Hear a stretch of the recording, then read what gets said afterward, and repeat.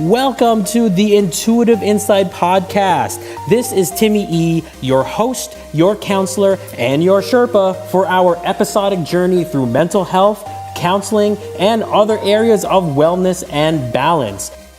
On this episode, in celebration of Mental Health Awareness Month in May, we have a special guest who will join us on the podcast, Suzelle Marques of Mindful Counseling, as she shares with us a little bit about herself and her insight on mental health. We shall also have a chance to discuss the controversial Netflix series 13 Reasons Why and the reach of mental health wellness in our everyday lives.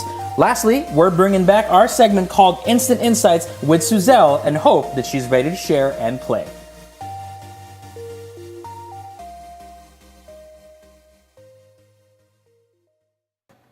All right. So at Intuitive Insight, the focus is trying to create a well-balanced and mindful life. Our motto, as everyone always knows, is strong on our own, more powerful together. And of course, we know that mental health awareness is something that is important and can't be broadcast on its own. We are happy to have a new ally in bringing mental health awareness, education, and insight to you in my guest today. I'm pleased to introduce to you to Suzelle Marques, LPC, my colleague, my cohort mate at Fairleigh Dickinson University, and recent new private practice owner at Mindful Counseling. She is a licensed professional counselor out of Union County, New Jersey. She has a private practice and provides counseling services to children, adolescents, adults, and families. She received her master's degree, same with me, at Fairleigh Dickinson University in 2011 in clinical mental health counseling and has been working in various outpatient settings since then. Suzelle, welcome to the Intuitive Insight Podcast with me, Timmy E. How are you doing today? I am well. Thank you so much for having me, Tim. This is really exciting to be here. Oh, that's awesome. I am very, very excited to have you. You know, you're my first cohort mate that is on here. And you know, hopefully there are others who can join me as well, because I think there's a dynamic with all of us in that cohort. We went through that rigorous 15-month program to get a master's, so that's a tough thing to do. Sure. But first things first, you know, I wanted to ask actually, what's your background? What are some of the things that made you want to become a counselor? We all have our different reasons. I'd love to hear about yours.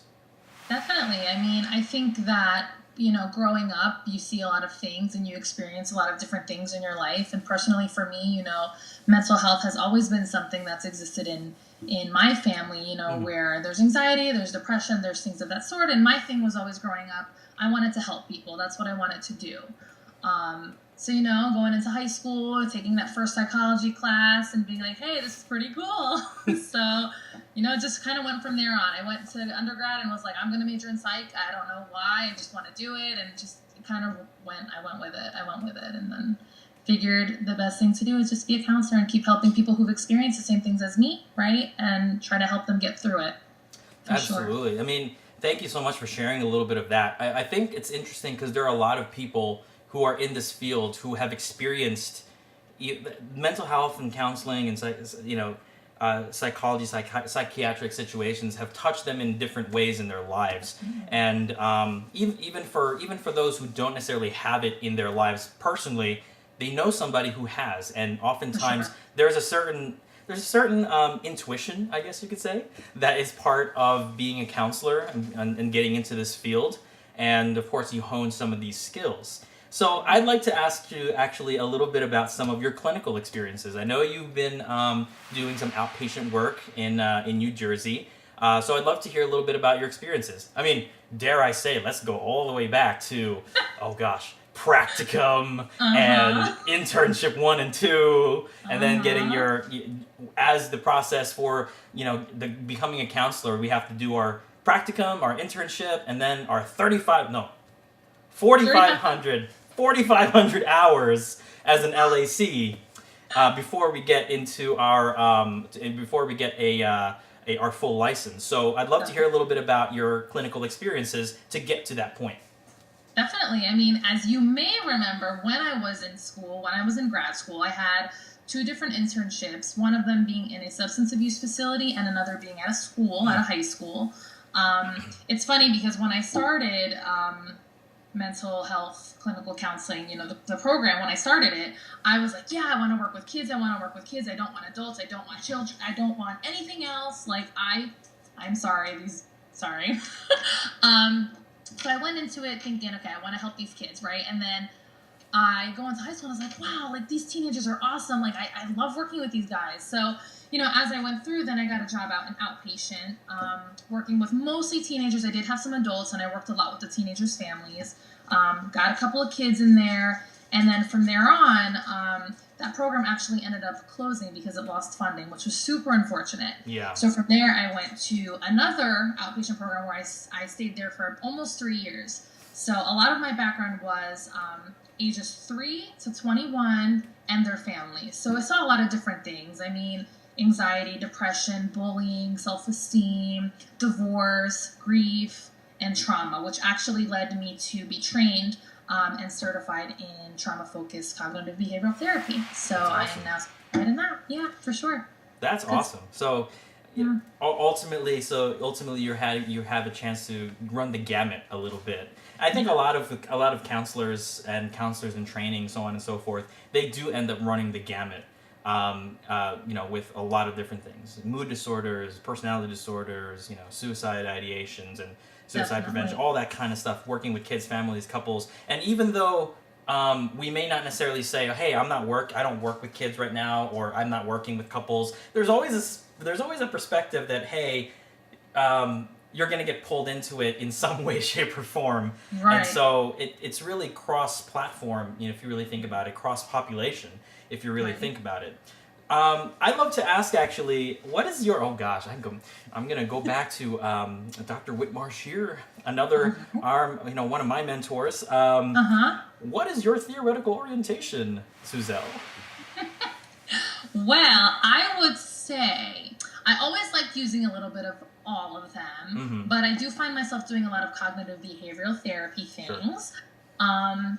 I just find that, with children and with adolescents, you really have to pick their brains, and you have to be like, okay, what are you thinking? Let's reframe. Let's look at it in a different way. With adults, sometimes you do have to go into that history of like upbringing, so it kind of goes Absolutely. Into like that other stuff, psychodynamic things, but I do tend to focus more on CBT for sure. I mean, it just seems to work better with the population that I've had, and with trauma, again, since I'm certified in the trauma-focused cognitive behavioral therapy, I mean, obviously the focus of that is using CBT. So it's coping skills, cognitive skills, affect expression, very basic. And they seem to respond very well to it, for sure. So. Okay. Well, absolutely. I mean, the reason why I ask that is just because I always find it interesting to ask, hey, what's your theoretical orientation? Because now I'm in a position now where it's like, hey, I'm asked by people, I'm asked by potential clients and so on. It's like, hey, are you a CBT therapist? Are you a psychodynamic therapist? Are you this? Are you that? It's like, well, I use everything, but if you had to name, and what is it, the blanket term? Integrative orientation. Yeah. Integrative theoretical orientation, which means I pull from one of everything as needed. And regardless, it's all in the same patchwork. And not a lot of people know this, but in the counseling community, there are consults between clinicians at times. Never ever discussing specific personal identifiers, of course. It's more of a, so Suzelle, I know you're a certified trauma cognitive behavioral therapist, and you have that certification. I've had a situation with a client so-and-so, and this is their experience, so-and-so, and so, blah, blah, blah, blah, blah. And it's like, never know, and you never say any names. It's just from one professional to another, hey, what do you think is an interesting way to go around here? And it's kind of like, how can I say?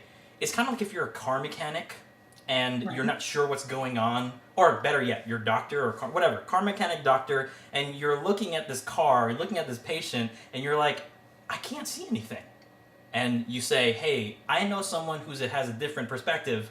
Let's take a look here. It's like going and getting a second opinion. I don't want to pay $4,000 to pay for my engine, but so I'm going to get a second opinion and if the second opinion seems to agree that you have to pay $4,000 to fix your engine, it looks more like something you're going to have to do.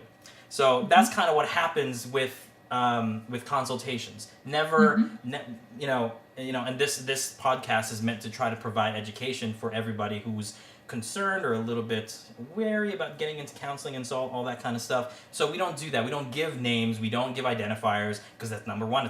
That's a HIPAA violation, ethical violation. Can't do that. But also, it's a way for us to continue to sharpen our skills and to continue to interact with each other. It also gives us a chance to just catch up. So it's not necessarily a bad thing. Definitely. So moving forward, what does Mindful Counseling, your new private practice, based out of Union County, New Jersey, what does Mindful Counseling with Suzelle offer for potential clients? Well, it definitely offers a safe place for people. I mean, in the area where I'm located, there's actually a lack of resources. There are so many people who need therapy and they need the resource, they need the support, and there is not a lot in that area. On top of that, I do speak Spanish and Portuguese, so I can offer sessions in those languages, which is very difficult to find. Yes. There's a lot of people who are now recently graduating that, are that bilingual, but until they have their own private practice, it's going to take a few years, right? We already know with the 4,500 hours. So that's definitely something different that I offer in the area that is really not there. In addition, I am one of the few bilingual trauma focused cognitive behavior therapists in the state. And I'm in a nice little location. There's parking, That's big. That's big in New Jersey. Parking. You don't have to pay for parking. You're good. You don't have to validate? Oh, wow. That's impressive. Yeah. So it's pretty good. It's pretty good. And it's a safe place. And again, I mean, it's children, families, adults, all of the above are more than welcome to come. I just want to help everyone that I can to the best of my ability. So... Spoken like a true clinical mental health counselor. All right, so last question in introducing you to everybody. What is your goal in the field of counseling and mental health? My goal is to make a difference. I know that you can't change the whole world, but if you can change one person and touch one person and then have them touch another person, and then have them touch another person, it causes a chain reaction. Ripple effect. My goal is, I know I'm only one person, but if I can touch 100 people and inspire them to be more positive or to, look at things in a different way and be friends with that kid that's sitting at the lunch table by themselves and then teach compassion to these people so that they can spread that, I hope that it goes from 100 people to 500 people and it just keeps growing. That's great. I mean, that certainly is trying to be mindful of your specific experiences. And you're right. And for everybody who's tuning in or listening or watching this on YouTube or streaming it on iTunes or on Spotify or any other podcasting platform out there, this is what counseling is. It's not a situation where, Suzelle and I can both attest to this, it's not a situation where we're telling you what to do. We're giving you options. We're giving you the paths that you can take. And it's not up to us to make the choice for you. Very, very rarely do we ever have to do that. Hopefully, very, very rarely do we ever have to do that unless we're forced to breach confidentiality or if someone is a risk to themselves or to other people. Yet, the focus for us has always been letting you know that there are paths that you just maybe haven't seen yet. The expression I've used is that whoever is working with me, you're the explorer. You're climbing your Mount Everest right now. And I'm not the person, I'm your Sherpa guide. You hire me because I know how to get to the top of the mountain. But if you look at all those hikers and they travel up the mountain and everything, it's not the Sherpa who makes a decision, it's the explorer who does. It's just the Sherpa who says, hey, we can take this way, this way, this way, this way, or this way. But if we take this way, here's what you look for. If you take this way, here's what we want to be mindful for. And we might even find newer paths along the way. But ultimately, it's not up to the Sherpas to decide. It's up to the person to decide. And we, as the Sherpas, are going to be there with them every step of the way that we possibly can. And that's such a wonderful analogy, and it's about also being, supporting someone when they make that decision. Okay, it might not come out exactly how they thought, but hey, we're here to help, and let's explore another path if we need to. Absolutely. Well, I wanted to thank you so much for introducing yourself. We are going to go on a break right now here on the Intuitive Insight podcast, but don't run away. Don't turn off your phone. Don't turn off your computer or anything like that. Leave it on, because shortly after the break, we are going to be discussing a controversial series on Netflix that seems to have brought a lot of people knowledge about mental health awareness and suicide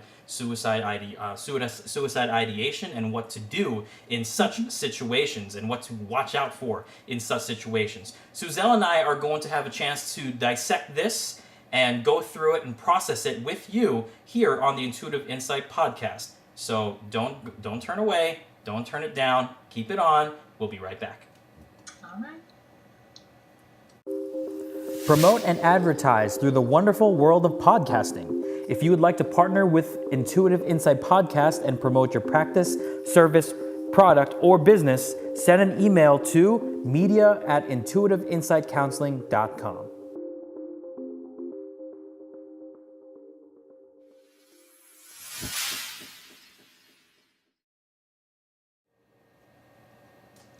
All right, and we are back here on the Intuitive Insight podcast with Suzelle Marques, LPC of Mindful Counseling, located in Union County, New Jersey. Excuse me. Don't want to mess up exactly where you are. And we are now moving into our second part of the show. And once again, if my teaser didn't whet your appetite, that just means I didn't do a very good job.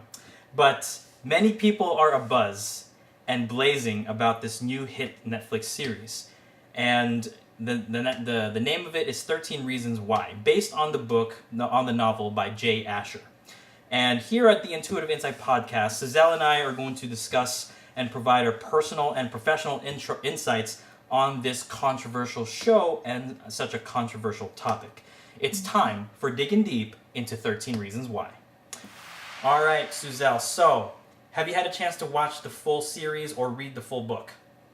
I have watched the whole series. I watched it in like 3 days, so I know all about it. I did not get a chance to read the book, so I don't know if it's an accurate depiction of it, but I am also in the same boat. I did not have a chance to read the book. I would like to read the book now that I've seen.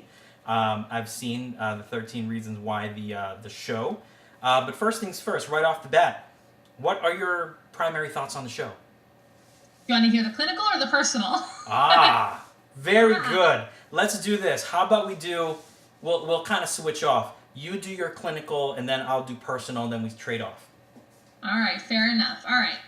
Clinically, that show, I can imagine, is a huge trigger for adolescents and children who are suffering from a similar mental health issue or a similar experience where they're being bullied. For someone who may not have even thought of suicide as an option, if they watch this show, it could open that door for them to think of an option. Yeah. So clinically, it's a little dangerous to have children and adolescents watching it. I mean, and even adults. I mean, it can be a trigger for adults as well, especially ones who have a history of bullying or a history of self-harming behavior in general. I can imagine it is a huge trigger. I know that in the workplace, it was a huge thing for a lot of the adolescents coming into work. They were all talking about it. They're all watching it. So they were like, I'm just like Hannah, or, I'm just like Clay, or whatever it may be, right? So it definitely hit home for a lot of kids. It definitely did, which is concerning. Clinically, was it appropriate for them to have this girl commit suicide and record the entire thing? Again, could be a trigger, but also could be an eye-opener. And you can look at it from two different ways. There could also be kids who might say, hey, I don't want to be that kid who hurts that other person, so let me not bully someone. So it really depends on how the viewer is looking at it. Definitely, how do I want to say? Interesting, because I think it really depends on the watcher and how mentally stable they are and where they're at developmentally. Would definitely affect the way that they perceive what they just watched, for sure. Absolutely. And from my clinical perspective, the first thing I thought was, yes, I agree with you. Triggering. Certainly very, very triggering. Potentially triggering for someone who is in an inpatient program, which they're likely not going to watch this anyway, or someone who just been discharged from an inpatient program and just has started the outpatient and eventual that process of outpatient. For me, what I thought was interesting clinically was how this person, Hannah Baker, her situation was all about trying to reach out and just no one seeming to understand or trying to be willing to set aside some time and just try to figure her out. And I know that's a cliche thing to say because for every teenager out there, and when I was a teenager, from my personal experience, I know I want people to figure me out, but at the same time, what was going on in that show was that she was trying to find so many different ways to reach out without outing herself. And it seemed like a real fine line. And I think there are a lot of potential watchers, youth especially, who are also walking that fine line. And they could see how it's dramatized in the show, especially the last episode where the actual thing happened. And disclosure, I know we're going to be talking about a couple spoilers here, but they do show what she does, and it was very gruesome. It was not very pretty to watch, and it's very, very triggering, in a sense. But it's interesting because I was looking at it, and I'm looking at it from the perspective of that counselor, and I was thinking, wow. From one perspective, I sensed this person has a little bit of a limitation because of the caseload and all these things. On the other hand, there's this, whether it's they got so stuck in, I don't want to say the monotony, but in their position and what they have to do and the gravity of all of their workload, that it was hard for them to reach out apart from that office. And that was the thing that for me in that episode where she stepped back and she looked back. And she was waiting, and he did not come out. And it right now, as a clinician, for me, it made me think sometimes we have to step out of our office because our office is our comfort zone. That's where we think therapy is going to happen. We have to step out of that and be willing to say, hey, tap on the shoulder. Just letting you know if you need something, if you need anything, just send me a message. Give me, here's my card, so on and so forth. Here's some resources. Anything. Who could have? We don't know. We don't know what could have happened if they had changed. If Hannah did get him to come out, and he did come out and just tapped her on the shoulder and say, hey, I know it's tough right now, but come in and talk with me tomorrow. Something of that nature. It could have changed everything. We really don't know. And I think for me, clinically, and professionally, from that perspective, that counselor who was on that 13th tape, I don't know. If it was me, it would be something that would be heartbreaking for me to listen to. Definitely. It's like I failed this person. Yeah. Like that. And yeah. And I'm already in the feels. Right. I agree with you. I mean, two things come up for me when you're saying that. I mean, one being the caseload thing, because sometimes I know that families and parents and children and our clients in general don't realize that we have so many more clients. And obviously it depends on where you're working at the time, but sometimes we are given such a large caseload, and we try our best to be on top of it for everyone, but we are only one person, and sometimes there's only so much that we can handle. I mean, if we have 10 appointments scheduled on one day and you have the pressure of of your boss or whatever saying, hey, you got to see all these people, sometimes you might miss something. Maybe you're not being so on top of your clinical judgment because there's that stress, behind you. But you're right. I mean, you definitely have to keep an eye out for those things, especially with youth and teenagers, because they are going through so many changes, and there's such a high chance that they're being bullying and self-esteem issues that you really, really have to have your eye open for those things. And again, sexual abuse, that's something, the biggest trigger for Hannah. Yeah. And it's something so prevalent. I want to say it's 1 in 5 girls.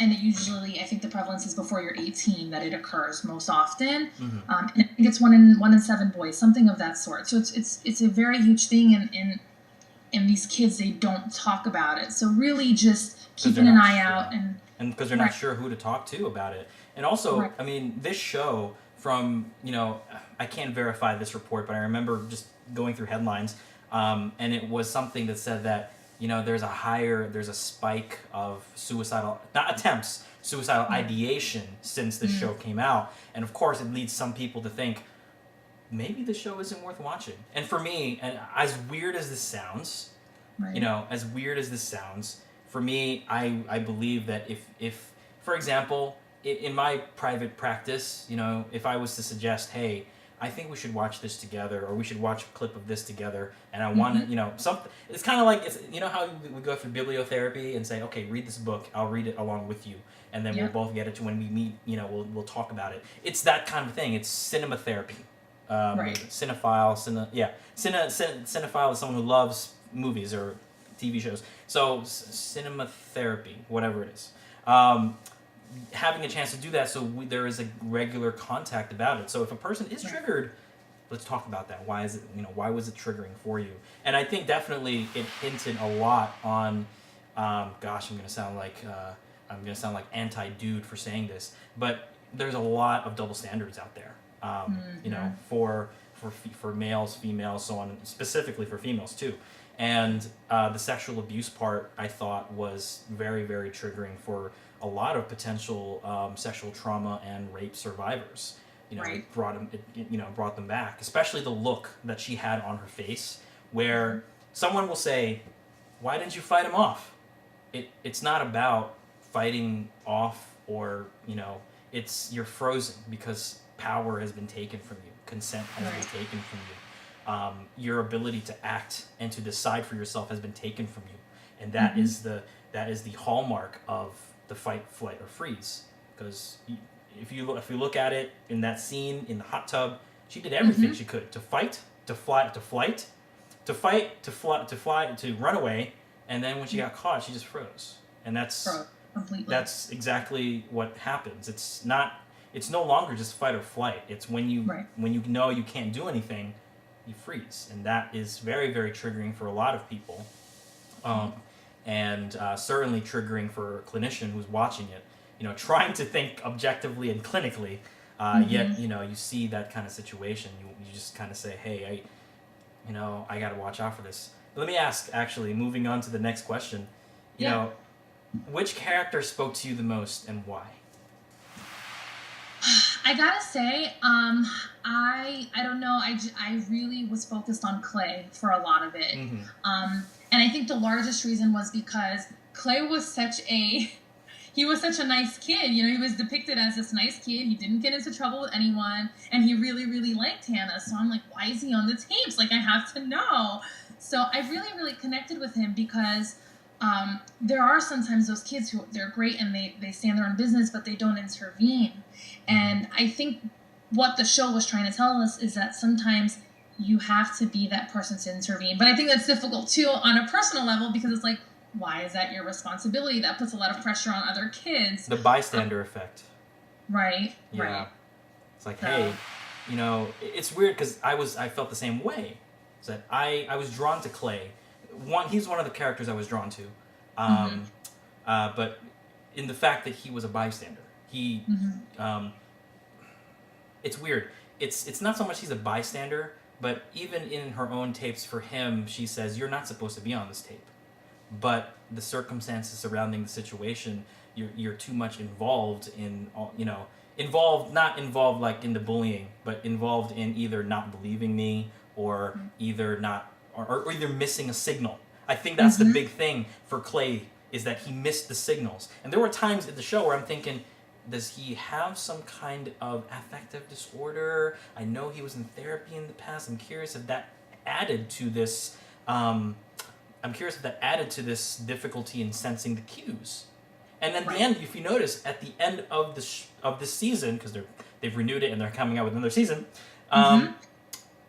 He looks and he says to that person, Sky, I think her name was, and says, I noticed that this person is suffering the similar symptoms to what Hannah was, and I'm going to reach out. And it's interesting because I think with his tape, it kind of showed that for someone who is, quote, a bystander, and and knowing, and I think we're all bystanders when we're watching this thing, right? Right. And it's that hope that it gives the person who's a bystander a willingness and the strength to say, hey, are you okay? Let's hang out. Let's do this. Let's do that. You're not alone. You're not going to be alone. You don't have to be alone if you don't want to be. I'm here for you if you need. And that's what I saw, and that was a big change for me and for him, because he realized the symptoms and the signs for another person. And it's like I always tell clients, listen, we have to try to focus on the present moment. We can't focus on the past as much because we can't do anything about the past. We can lament it, but that's pretty much it. We can lament it, we can learn from it, but we have to take what we learned, what happened in the past, and apply it to the present moment. And for me, in a clinical perspective, that's exactly what he did. He applied what he saw and all the emotions he felt in the past, put it in the present moment, and realized there's somebody else who might be needing help. The other person for me that spoke to me was Tony. Tony. Him too. Yeah, I was like, He's like, I think I saw a meme online. It's kind of saying like, first things first, he's got a freaking Walkman. Come on. I haven't had one of those since I was 11, 12 years old, and I keep, oh my gosh, Walkman. He's just bringing me back. But and you can just record things over. Oh man, it just brought me back. To I don't know if you remember that the Home Alone where they have that thing where he records something. I don't know. Yes. Home Alone 2, Lost in New York, and he records and he like changes the speed of the. It just reminded me of that. Like, oh my gosh, this is just nostalgia for me right now.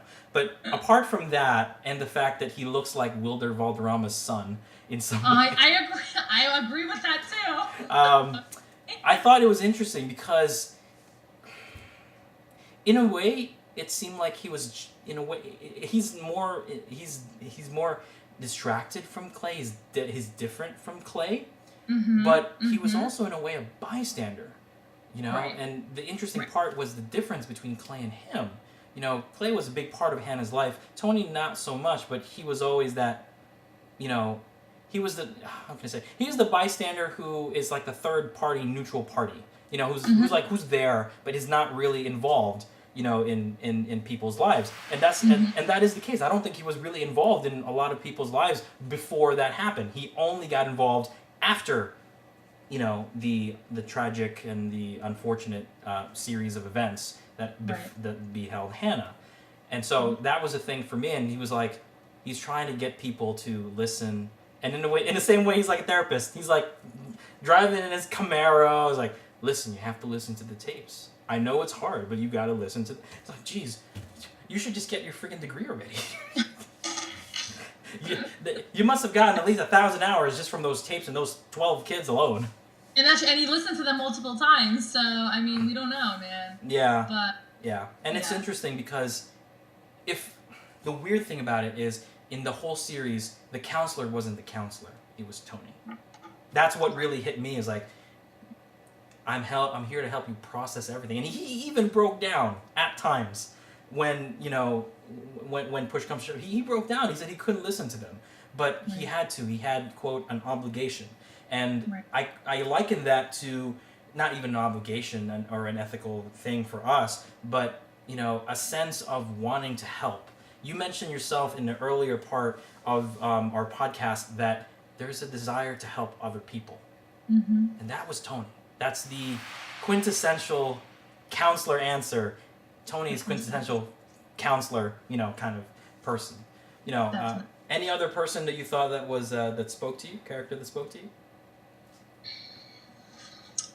Personally, no, but Jessica was definitely an interesting character because I think what Jessica was going through at her age is also a very typical thing that we see that a lot of people do not pick up on. I mean, this is a girl who was drinking alcohol before school or while at school.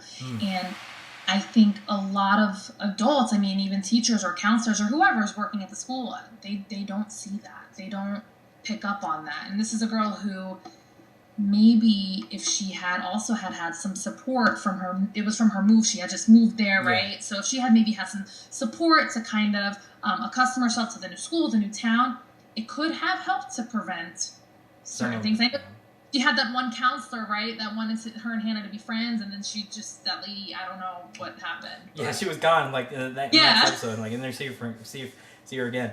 But you're right in the fact that I think it's interesting is that when with what's his name, Justin, right? After and once again, spoilers, after Jessica was raped by the, I guess you could say, the quintessential jock bully, Bryce, right? He couldn't see her. He couldn't be intimate with her. And in no way am I suggesting that high school kids should be intimate with each other in that way. Just a clarification. I'm not suggesting that. I'm just saying, he couldn't get, from a sexual perspective, he couldn't get intimate with her because he knew what had happened, and he couldn't bring himself to tell her what happened. And there she goes. She was worried. She's like, you hate me. You don't love me anymore. And that drove her into drinking more, into doing more risky activities. And ultimately, it comes down, with the series, it comes down to one thing: communication. It's like people I think in the age we're in, we don't communicate very well with each other. I think people in general, we don't communicate well at all unless it's just, unless we communicate with ourselves. But it just comes down to that one key phrase of, we have to be able to communicate what we're experiencing. We have to be able to we have to be able to trust and communicate to other people if we are experiencing something negative. We do have to hit a little bit of a break, but we have a couple more things to go over here on the Digging Deep into 13 Reasons Why with Suzelle Marques, LPC of Mindful Counseling, and Timmy E of the Intuitive Insight Podcast, so stick around. This has been Timmy E of the Intuitive Insight Podcast, along with Suzelle Marques, LPC. This has been part 1 of our interview and our thoughts on digging deep into 13 Reasons Why. Please join us next time so we will have an opportunity to finish and conclude our discussion of 13 Reasons Why, as well as discuss the insight of the night and instant insights with Suzelle Marques. That's all for this episode of the Intuitive Insight Podcast. I hope that there was something that helped bring a little bit of insight into your life. If you enjoyed this podcast and want to take the journey with us to build your insight, subscribe to the Intuitive Insight Podcast. Check out intuitiveinsightmedia.com for updates for our next episode. As always, this is Timmy E of the Intuitive Insight Podcast, and don't forget, strong on our own, more powerful together. Have a great night.